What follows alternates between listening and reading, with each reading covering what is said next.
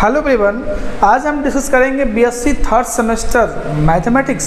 तो BSc third semester में हम पेपर आपका फर्स्ट डिस्कस करेंगे अलजेब्रा में जो यूनिट फर्स्ट आपका है प्रॉपर्टीज़ ऑफ इंटीजर, वो हम टॉपिक क्या करेंगे, जो चैप्टर जो आपका है उसको हम डिस्कस करने जा रहे हैं, प्रॉपर्टीज़ ऑफ इंटीजर। तो बीएससी थर्ड सेमेस्टर में अलजेब्रा में और भी लेक्चर हुए हैं, जैसे ग्रुप थ्योरी का जो लेक्चर है वो काफ़ी कंप्लीट कर दिया गया है, काफ़ी लेक्चर अपलोडेड है। तो प्लेलिस्ट में या डिस्क्रिप्शन में लिख दूंगा, वो भी आप देख लीजिएगा, पढ़िएगा। फिलहाल हम लोग यूनिट फर्स्ट स्टार्ट कर रहे हैं, properties of integer, BSc third semester. ये स्पेशल वीडियो दीनदयाल उपाध्याय गोरखपुर विश्वविद्यालय और उससे एफिलेटेड जो भी कॉलेज हैं उन स्टूडेंट के लिए है। बाकी आप अदर यूनिवर्सिटी से बिलोंग करते हैं तो आप भी अपना सिलेबस देख लीजिएगा बीएससी थर्ड सेमेस्टर के, जहाँ भी हो प्रॉपर्टीज ऑफ इंटीजर काफ़ी हेल्पफुल लेक्चर होगा, ठीक है। तो चलिए सबसे पहले हम समझेंगे डिवाइजर। अभी हम समझते जा रहे हैं डिवाइजर क्या होता है। बहुत आप बेसिक चीज़ें हैं, आप लोअर क्लास से पढ़ते चले आ रहे हैं। कोई भी इंटीजर है ए, मान लेते हैं कोई इंटीजर ए है, इसको हम कब बोलेंगे, is called divisor of another integer b. कब बोलेंगे, एक हमारे पास कोई एक और इंटीजर एग्जिस्ट कर जाए सी, जो हम लिखे हैं ऐसे b इजकल टू ए सी। क्या लिखे, b इजकल टू ए सी। तो हम कहेंगे a is divisor of b। क्या बोलेंगे, a is called divisor of integer b। मैं सबसे सिंपल आपको एग्जांपल दे रहा हूँ। जैसे मान लीजिए 6 है, 6 का हम फैक्टर करेंगे तो क्या आएगा, 2 मल्टीप्लाई 3 आएगा। यानी 2 भी 6 का डिवाइजर है और क्या है, 3 भी 6 का डिवाइजर है। समझ में आ रहा है, नहीं आ रहा है? तो ये डिवाइजर का जो है कंसेप्ट है, ठीक है। तो डिवाइजर का कंसेप्ट आप समझ चुके हैं। चलिए अब देखते हैं डेफिनेशन, समझते हैं हम लोग, देखते हैं डेफिनेशन क्या होता है डिवाइजर का। तो आइए हम समझते हैं डेफिनेशन, समझते हैं डिवाइजर का डेफिनेशन क्या होता है, ठीक है। देखिए डिवाइजर का डेफिनेशन क्या होता है आपका, एन इंटीजर स्मॉल ए जो 0 नहीं होना चाहिए, ठीक है, इज कॉल्ड डिवाइजर। डिवाइजर कहें आप उसको, आप फैक्टर भी कह सकते हैं।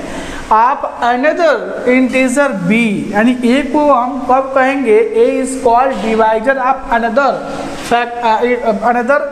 Integer b if there exists an integer c such that b is equal to ac हो जाए, तब हम कहेंगे a is divisor of b। लेकिन यहाँ पे एक आपको इंटीजर c एग्जिस्ट होना पड़ेगा, ठीक है। when a is divisor of b, when a is divisor of b we write, हमें कहते हैं कि a is divisor of b, तो आप ऐसे राइट करेंगे मैथ के लैंग्वेज में, a is divisor of b and b is called an integral multiple of a। Example के लिए यहाँ पर देखिए, एग्जाम्पल के लिए मैंने यहाँ पर राइट किया हुआ है 6 इजकल टू 2 मल्टीप्लाई 3, यानी यहाँ पर हम कह सकते हैं 2 इज डिवाइजर ऑफ 6। क्यों, क्योंकि यहाँ पर देखिए एक एग्जिस्ट कर रहा है, आपको इंटीजर एक सी जगह पे 3 एग्जिस्ट कर रहा है, तो हम कह सकते हैं 2 इज डिवाइजर ऑफ 6, या अब ये भी कह सकते हैं 3 इज डिवाइजर ऑफ 6, ठीक है। जैसे मान लीजिए कि 12 लेते हैं हम, तो 12 का फैक्टर क्या होगा, 3 मल्टीप्लाई 2 तो यहाँ पर देखिए 2 भी क्या है, डिवाइजर है किसका, तो 4। यहाँ पे आप ऐसे भी लिख सकते हैं 3 मल्टीप्लाई 4, तो 4 is divisor of 12 and 3 is divisor of 12, ठीक है। तो दोनों केसेस में आपको एक सी एग्जिस्ट कर रहा है। तो ये है आपका डिवाइजर का कंसेप्ट है, ठीक है। इसमें नेक्स्ट है कुछ यहाँ से डिवाइजर से रिलेटेड इम्पॉर्टेंट जो है आपका यहाँ पर रिजल्ट्स हैं, जो मैं आपको बताने जा रहा हूँ, जो काफ़ी आगे आपका यूजफुल होगा, ठीक है। फॉर एनी, हमारे पास अगर 4 इंटीजर हैं ए बी सी डी, यानी क्या, for any integer a b c and d वी है। पहला कह रहा है कि कोई भी इंटीजर हमारे पास ए है वो हमेशा 0 में डिवाइड कर सकता है, ठीक है, हमेशा जो है 0 को डिवाइड करेगा। कोई भी इंटीजर है वो हमेशा 0 को डिवाइड करेगा, आपको ऑलरेडी पता है। उसके बाद दूसरा इसमें कह रहा है कि 1 जो है हमेशा किसी भी इंटीजर को 1 क्या करता है, डिवाइड करता है। हाँ, उसके बाद कह रहा है ए डिवाइज ऑफ ए, यानी ए जो है खुद ए का क्या है, डिवाइजर है। यानी आप ये भी कह सकते हैं ए डिवाइजर होता है, यानी कोई भी इंटीजर है 0 का डिवाइजर है। यानी ये भी कह सकते हैं 1 जो है किसी भी इंटीजर का क्या है, डिवाइजर है। और हर नंबर, हर इंटीजर खुद का क्या होता है, डिवाइजर होता है। सेकेंड जो इसमें रिजल्ट है, ए डिवाइड बी, यानी A divisor of B and C divisor of D. तो हम ये भी इम्प्लाई कर सकते हैं कि A C is divisor of B C, A C is divisor of, A C is divisor of B C. ठीक है। थर्ड जो इसमें रिजल्ट आता है, A is divisor of B and B is divisor of C. तो हम ये भी कह सकते हैं कि A divisor of C, A divisor of C. समझ में आ रहा है। तो यहाँ से फोर्थ प्रॉपर्टी क्या कर रहा है इसमें कि A is divisor of B, B is divisor of A, this imply A is equal to plus minus B होगा। तभी ऐसा हो सकता है कि ए बी को डिवाइड करे और बी क्या करे, ए को डिवाइड करे। तो ये एक ही केस हो सकता है कि ए इजकल टू या B is equal to plus minus A हो या प्लस माइनस बी हो, तभी ऐसा होगा। 5 नंबर जो आपका हमारा रिजल्ट है, A divisor of B and A divisor of C. तो दिस इम्प्लाई हम लीनियर कॉम्बिनेशन में लिख सकते हैं कि A is divisor of B alpha plus C beta, यानी B alpha plus C beta for all integer alpha beta. और जो अल्फा बीटा होंगे वो भी हमारे क्या होंगे, एक इंटीजर होंगे। ठीक है। उसके बाद 6 नंबर जो प्रॉपर्टी है वो क्या कर रहा है आपका, C is equal to a alpha plus b beta and d divisor of a but d not divisor of c, then d non divides b. तो उस केस में क्या होगा, जो डी होगा बी को डिवाइड नहीं करेगा। तो ये आपका डिवाइजर का डेफिनेशन है और उससे रिलेटेड कुछ यहाँ पर इंपॉर्टेंट रिजल्ट्स है जो आपको जानने चाहिए। आगे जो हम नेक्स्ट थ्योरम पढ़ेंगे, डिवीजन एल्गोरिथम। और मैं एक चीज़ आपको बता भी दे रहा हूँ, इस जब भी जो भी लेक्चर होंगे उसमें जो मिड टर्म में आपके एग्जाम में क्वेश्चन आने वाले हैं, जो लॉन्ग क्वेश्चन वाले हैं, वो मैं वीडियो में बताते चलूँगा और उसको करवाते चलूँगा। जो इम्पोर्टेंट क्वेश्चन होंगे वो आप साथ साथ हम लोग करते चलेंगे, ताकि बाद में आप ये नहीं कहें सर इम्पोर्टेंट क्वेश्चन बताइए, मिड टर्म में आने वाला इम्पोर्टेंट क्वेश्चन बताइए, हाँ प्रॉपर्टीज ऑफ इंटीजर में क्या क्या पूछा सकता है, अब आप मैसेज करते हैं आप। तो ऐसा कुछ नहीं इस बार होगा। हम लोग क्या करेंगे, जो भी चैप्टर पढ़ रहे हैं, जैसे प्रॉपर्टीज ऑफ इंटीजर पढ़ रहे हैं, तो प्रॉपर्टीज ऑफ इंटीजर में जो भी लॉन्ग क्वेश्चन होंगे जो मिड टर्म एग्जाम में पूछे जा सकते हैं, वो हम साथ साथ डिस्कस करते चलेंगे और मैं आपको बता भी दूंगा कि ये मिड टर्म एग्जाम में आ सकता है। ठीक है। तो चलिए इसको वीडियो स्टार्ट करिए और इसको नोट डाउन करिए। नेक्स्ट हम लोग डिफिनेशन समझते हैं एसोसिएट। एसोसिएट का मतलब क्या होता है कि दो हमारे पास नॉन जीरो इंटीजर हैं, दो हमारे पास नॉन जीरो इंटीजर है ए और बी हैं। तो हम कब बोलेंगे ए बी का एसोसिएट है, यानी a and b are associate. कब बोलेंगे कि ए और बी क्या है, एसोसिएट है। उसमें कंसीडर एक आपका उसमें कंडीशन ये है कि अगर ए बी जो है एसोसिएट हो जाएंगे तो A is divisor of B and B is divisor of A. तभी ऐसा अगर होगा तभी हम कहेंगे ए और बी क्या है, हमारा एसोसिएट है। जैसे फॉर एग्जांपल मैं अगर आप लूँ यहाँ पे, तो 1 जो है 1 खुद का क्या है, एसोसिएट है।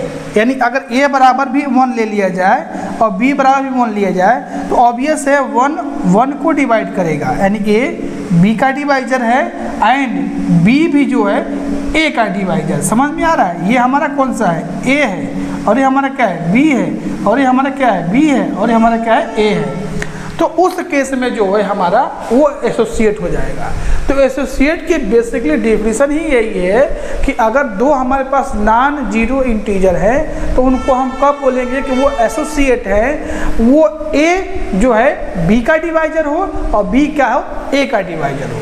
ठीक है। बस यही कंसेप्ट आपका है एसोसिएट का।